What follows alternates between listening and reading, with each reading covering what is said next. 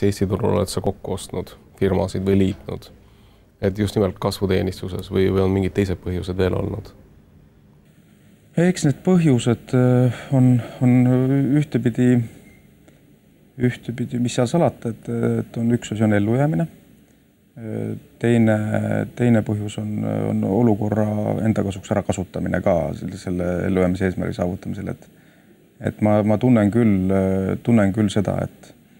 et ma seal aasta aega tagasi hakkasin aktiivsema sellega tegelema, kompasin ennem erinevate sarnaste organisatsioonide, kes ka turuliidergrupis selle esimese 6 seas olid, et kompasin nagu variante, et äkki me saaksime koos nagu majandada või midagi nagu teha, aga nüüd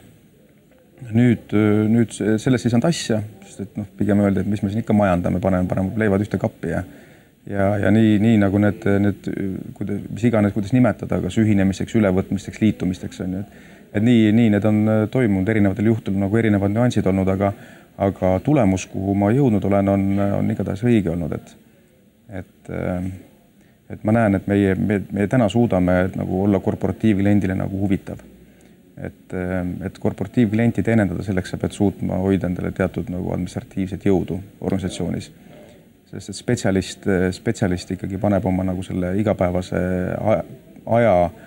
rohkem nagu sellesse kiiremasse nagu diile sisse. Ja see sama asi, kui me rääkisime sellest nagu, kui sa pead sellest aru saama ja kui sa hakkad spetsialistil laduma peale nagu siukse korporatiivkliendi tööd, et mine ja võitle nagu selle pikemaajalise eesmärgi nimel, siis tal kannatab nagu see, mis seal praegu parajasti nagu oluline on. Aga mina olen suutnud hoida nagu sellist administratiivsest, ma teadsin seda, mul oli 2 varianti. Kas muuta organisatsiooni oluliselt, mida paljud on teinud, mis tähendab seda, et panna esindusi Eestis kinni, tõmmata kulusid ükskõik mis teel on ju, et kas läbi esinduste tööjõu vähendamise arvelt kokku, pakkida ennast kokku nagu kriisiolukorrale vastavaks. Või teine variant oli see, et pigem nagu areneda, proovida turuosa võita, suurema turuosa arvelt kas tõsta tulusid või vähemasti säilitada samal tasemel nagu väiksema organisatsiooni puhul oli nagu headel aastatel.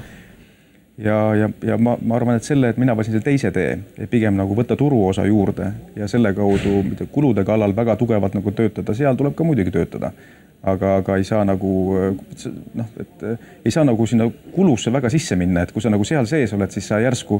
nagu unustad ära, et sa võid kulud lõpuks kokku tõmmata, oledki üksi nagu siin on ja teengi nagu siis üksi, et aga see ei ole ju nagu äritegemise eesmärk, et